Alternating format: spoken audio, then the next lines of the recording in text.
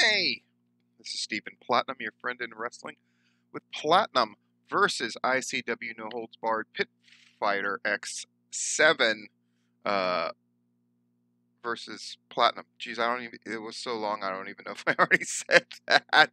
Um, it's also kind of going to serve as a director's cut, and for those who have been listening to me and watching me for a while, you know what a director's cut is. Whenever I do something written, often I will go over that written piece with a bunch of details added and stories and tangents. I don't just read what I've written, so you don't have to worry about that. But I really was taken with the Pit Fighter 7 show. It's part of Buds on Boardwalk. ICW is going to be putting on 4 shows, so I think they're doing 2. They did one on Friday, obviously, which is the show that I cover, and then they're going to do 2 on Saturday, and then 1 more on Sunday. Holy crapola. I have a bunch of friends who are attending the show, a bunch of friends who are part of the shows, so it's very exciting for me. I was really glad to see Tank against John Wayne Murdoch. It was one of those pins and needles things where I just wanted him, meaning Tank, to be able to deliver, and I think that was done, most definitely. So I wrote here, on a night where SmackDown was happening, and there were scattered indie shows of varying import happening, ICW took center stage in the wrestling world, with the first of 4 matches happening on the Buds on Boardwalk celebration. I think that's absolutely true. I think this was the show that was the most important thing happening yesterday. It looked full. I noted that. It was packed, and then there were people kind of standing around the cage as well. They had a good turnout. It's hard to judge crowd. And again, you're paying top dollar when you're going to these things. So the gate is always really good. There was a bit of drama. I actually had friends who aren't even involved in the wrestling business telling me, I heard the main event person got into a car accident, meaning John Wayne Murdoch. And I knew if Murdoch got into that car accident, then the chances are the other rejects did as well. I didn't hear anything about that until Danny D'Amato, who's the owner of ICW, made an announcement during the show that they had just arrived in a rental car halfway through the show. So pretty crazy stuff. Again, I've always made this contention that deathmatch wrestling is pro wrestling, and it most certainly is, and this show showed it. Um, this was the Pit Fighter show, which means they have the cage around. It's not the one with the chains where they have a wrestling ring with chains instead of ropes and the platforms. So there was going to be no glass used, and I'm a big fan of all the glass stuff. But I also admire how they kind of figure stuff out and ways to do this Pit Fighter thing. Make no mistake about it, that floor is a floor, as I think Schlack said on commentary. And so taking bumps on that thing is hellacious. But again, they managed to do it. They managed to figure out how to tell stories in the matches. A lot of the matches ran shorter than one would expect, and I thought that was to their benefit, actually. Um, let's go to it, right? I go into a brief description for the sort of uninformed about deathmatch wrestling of the common accoutrements used. They use doors in place of tables.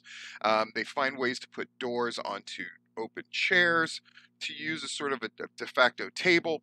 They sort of put them at an angle in the corner, throw each other through, and all that kind of stuff. So I go over the doors and all the stuff that they can cover doors in. And then they have gusset plates are a big thing. These are like flat metal things with spikes on them that are used to attach 2 pieces of wood. You put the gusset plate in between. Those spikes help the pieces of wood stick together. But more than that, they have other thing called kenzons, which are these like lead plates with like these metal spikes all over them. They use them for flower arranging, so you can imagine what that would do when it actually sticks in somebody's head or arm. Brutal, brutal, brutal stuff. No doubt about it. IWTV, of course, was showing this in force, and the coverage was really good. And last night I figured out how to transmit it from my laptop to my television, which I know for a lot of people is really elementary stuff. You got to know who I am technology-wise. So that was a big deal for me. So it was really cool to get to watch it on my television. Super, super awesome. And IWTV does such a good job with that stuff. How they interspersed video in, so we didn't have to watch the cleanup. I'm always stunned at how quickly they can get the clean-up done at ICW. Now, for the Pit Fighter shows, it's a tad easier because you don't have little pieces of broken glass everywhere, but make no mistakes about it, it is a mess to clean up, and their crew always does a really, really good job. I'm a big fan of Larry Legend, their commentator or their ring announcer, and he is stellar. He's the best, and I know people go like, "Why does Steve go on and on about him?" He is just the best ring announcer that I know in the game right now, and I'm talking mixed martial arts. I'm talking about combat sports. I'm talking about anything. Larry Legend is the best to me. Danny D'Amato started things off growling. The Struggles are one of their commentators on IWTV for the ICW shows, and he was working without Ron Nemi, who recently, I mean, I have lunch with Ron all of the time, and so I knew this, but he closed on a house and they had to move in and all of this kind of stuff, so Ron couldn't be there. So they took turns. Reverend Dan did a lot of the commentary, which was thrilling for me, and he's a really great commentator, and he's actually commentated deathmatch stuff before with like Carnage Cup and that kind of thing. So he was right in the groove, and he's just been a great commentator for decades, and so he slipped right in the role. I thought having Schlack there for the last 2 or 3 matches was really cool. Schlack did a really good job, comes across as very likable, but certainly not, cuddly, which is probably what you want. And then Brandon Kirk joined them for one match, the Nolan Edward match. So we were off to the races. I thought opening with Schlack against Dan Moff was fantastic. Maybe this wasn't originally the plan. Maybe they had to shuffle stuff around because Reed Bentley and Akira weren't there. But I thought this was a great call. They have the kind of match that they're supposed to have. I mean, those guys just beating each other with chair shots, brutalizing each other, throwing each other through things. And then the finish of Schlack covering Dan Moff's head with a plastic bag and the referee stopping it was fantastic. And I also got a little, it made me laugh when Jeff G. Bailey and his wife had to get out of their chairs as Dan Moff was tossed into their section of the crowd at some point. So it was cool seeing Jeff there. I know he's having a great time with Melanie. Yeah, and they're off to the races, right? So Brandon Kirk comes to the commentary and basically says how much he hates Alex Ocean many times. It was very amusing. So Nolan Edward and Alex Ocean, I thought this match completely worked. I talked to Nolan afterwards, and apparently Alex Ocean, that cut that he got on his arm and hand was very severe, so they cut their match short. But in a weird way, I thought that made it work, and it helped the flow of the show. Having like what I call those palate cleanser matches. When you have a match that goes much shorter than you're expecting, it kind of gives you that strength to like really power through the show. But nonetheless, of course, I don't want Alex Ocean to be hurt. He was part of one of the first experiences I had in deathmatch where his head got split open by a broken door hit by, I believe, Reed Bentley, literally a couple feet away from me. And it was brutal, and it's one of those things that helped hook me onto deathmatch, which really Jeff G. Bailey introduced me to. So this match was really fantastic. It had, I think, one of the most spectacular finishes. They did some wrestling in the beginning, and Nolan Edwards can do that stuff. So can Alex Ocean, but Nolan Edwards is really proficient. I thought the strikes and everything looked really good in this thing. And at that finish of having the stacks of doors on the chair. So chair, chair, door, chair, chair, door. Alex Ocean laid on the top, and then the double stomp from the top of the cage by Nolan Edward. Really fantastic, spectacular finish. Nolan Edward, the confidence is just radiating off of him, and it's really great to see. When you see someone with so much talent doing that well. So next you had Justin Kyle in our beat 'em ups with Phil Baroni, who's an MMA guy of some note, and the clips they showed of Phil Baroni, the New York City badass, just drubbing dudes in the face in the MMA cage were amazing. And it's very hard to pull off this kind of match. I'm going to be honest. I think Phil Baroni at times maybe oversold or wasn't quite in the groove, but Justin Kyle, I was really impressed, knew how to sort of bring him along in the match, get the best out of Phil. They managed to have a brutal looking fight, and I thought the spot where it was kind of an awkward moment of like, is this the end of the match? And Justin Kyle solving it by like being very demonstrative to the referee, like, no, no, no, this isn't stopping, taking off his like face shield, and then Phil Baroni taking off his gloves, and then they had this bare knuckle feel. I thought it was a really cool thing to do. At the end, Justin Kyle laid Phil out after giving him another flurry of offense with a series of knee strikes and hits, but then Justin Kyle laid him out with that big shot, and it looked great. The next match was the most visceral, violent match because they picked small little details and emphasized them, which I thought was very strong. That was Casanova Valentine, who beat Dale Patrick, who is the apparently the deathmatch jackass and lived up to that hype. Beat him by tap out via gusset plate to the bare foot. This was a really well laid out match. It had a different feel from everything else. I mean, they did the usual great stuff: trash can, beating you with trash can, putting the trash can over you, hitting that water jug, drumming each other with those.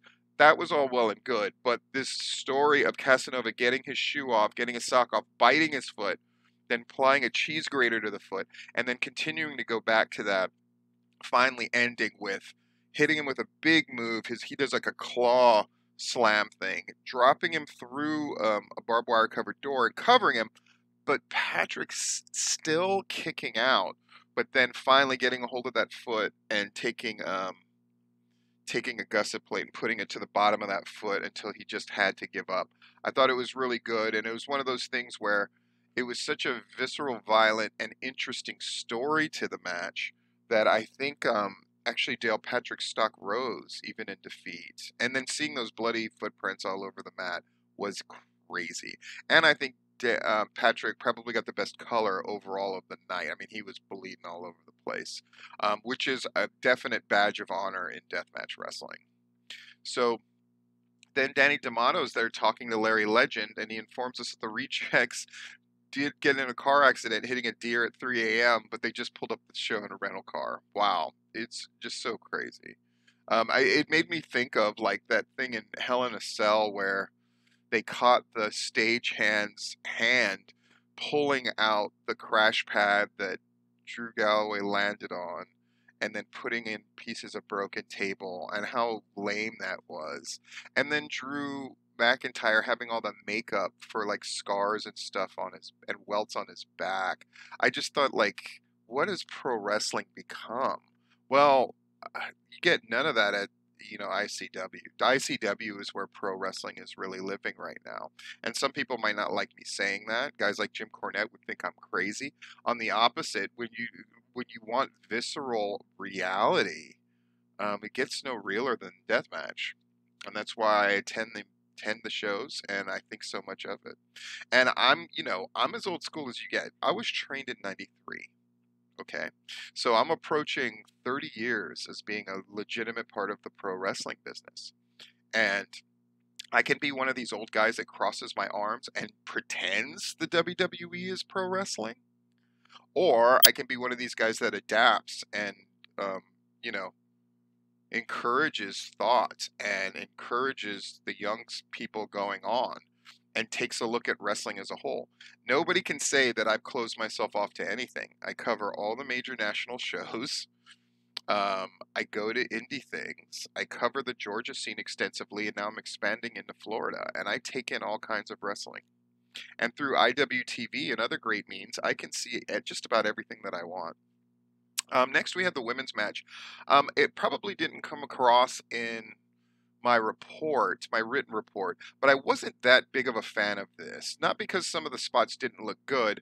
I just thought that it kind of made the show go flat. When you had a great story like Casanova Valentine and Dale were telling, and then you had this match, which was a no contest. I just wanted more. For the first women's match in the pit, I really wanted this thing to be great, and that finish just left me so flat. When they did apply spots, I thought they looked really good. I thought Kimberly at first, like, her chops weren't really up to snuff, but then once she got into the flow, I thought it really worked. But this thing of Sadika throwing the chair at the ref and then chasing him out and all that madness, it really gave sort of a flat feel, because one of the things about ICW is you have real finishes, and there was no indication that this was going to lead anywhere, and that was a little disappointing, if I'm being honest. Satujin and Jeff Cannonball, these two big fat dudes, it's what you wanted to see. They bled buckets. They opened with the sumo thing. They found ways to actually work the sumo thing into the context of the match. Um, they really had this kind of brutal back and forth. They're the ones who really introduced those Kenzans. And, you know, Satu Jin is one of these guys that's out to prove himself. And he really continues to deliver every time I see him. He bled buckets. And then at the end, picking up Uranage, which other people would know as a rock bottom, basically picking up Jeff Cannonball and putting him through these chairs that had the Kenzans on there for the win. Pretty hilarious, pretty great. And then you had Reed Bentley against the Death Samurai Akira. They're stablemates in the Rejects, along with John Wayne Murdoch, and the two of them just murdered each other. There's just no other way to say it. The story was pretty simple, which is they centered it around this like carpet strip. I didn't know how to. It was almost like a barrel of carpet strips, like this thin barrel with a handle that they could hit each other with. They really centered stuff on that, doing a bunch of great spots off of it. I really like the spot where Reed Bentley had two saws, and then he was just like sawing away at Akira as he was sort of curled up. There's no way to accurately depict that. It's just one of those things that you would have to see. But I thought it really played out well. And at the end of it, that freaking, oh my gosh, what's the move called? I'm going to make sure I say it right. Tiger Driller, where he grabs him in a double underhook, picks him up, and pile drives him. It looks so brutal, and Akira took one through a guardrail and kicked out. But then he got hit with that one at the end of the match, and then Reed Bentley like bounced himself off of the cage, did this sliding forearm shot that looked fantastic. In the context of deathmatch, you might think like, how is that a finish? But it's executed so well. I think Reed Bentley is another one of these guys that does simple things really well. And every strike he does, every bump he takes, and all that stuff always looks really good. He's definitely not one of these guys that's like, without the deathmatch stuff and the fuckery, he wouldn't be able to wrestle. I don't think that's true at all in Bentley's case. Then we had the match that I was really excited to see, of course, the main event, John Wayne Murdoch against Tank. They showed that brilliant promo video. Sorry, I'm editing the writing part before I sent it off to various websites. They played that, the one that I reviewed a few days ago. And I was just so proud of Tank and Dan. Dan got to introduce Tank on the play on IWTV. It cut off the end, which I thought was a shame, before he could bellow out Tank's name, but Dan really got to put him over. I thought that was really cool. And it was a big night for Dan, between commentating a few of the matches for Raw and then being there at the end for Tank. I thought was really great. I'm glad that they didn't work Dan into the match. I thought that was not the story that they wanted to tell, and so they didn't do it, and I think that was smart. It was this idea of John Wayne Murdoch is the best, but Tank is going to treat it like the fight of his life, and he absolutely did. John Wayne Murdoch and Tank just did the dance, baby. They just did the dance. They really went at it. You can read the details, the match-by-match details. Things that I thought really, really worked was Tank's creativity. When he put him in the crossface and put the gusset plate to his head, I thought that was awesome. I thought Tank jump-starting the match was also like a cool thing. The fact that they did two sitting in chairs on the outside of the ring and beating each other up spots, I thought that worked, actually, because they did some different kind of things. And then that halo image of Tank getting that barbed wire halo in his mouth, and then how Tank made sure he made sure the whole crowd saw it, and then the cameras caught it, and then getting that fork stabbed into his head repeatedly until the ref stopped it, when that was the fork that Tank brought into the ring in the first place. Again, those kind of small details that the guys who are more veteran or put together matches in a better way do, that stuff reads, even if people don't exactly notice it as much as I might. I think that stuff sort of carries itself through your match and gives a better overall impression. So anyway, it's a show that I thought really worked. It was a good start. The Pit Fighter shows I tend to not get as excited about as I do about their regular, like, no holds barred shows. But this really worked for me, and I'm really glad for my friend Tank and Dan, of course, but all the guys I thought did a really great job. And yeah, anyway, this has been Stephen Platinum, your friend in wrestling.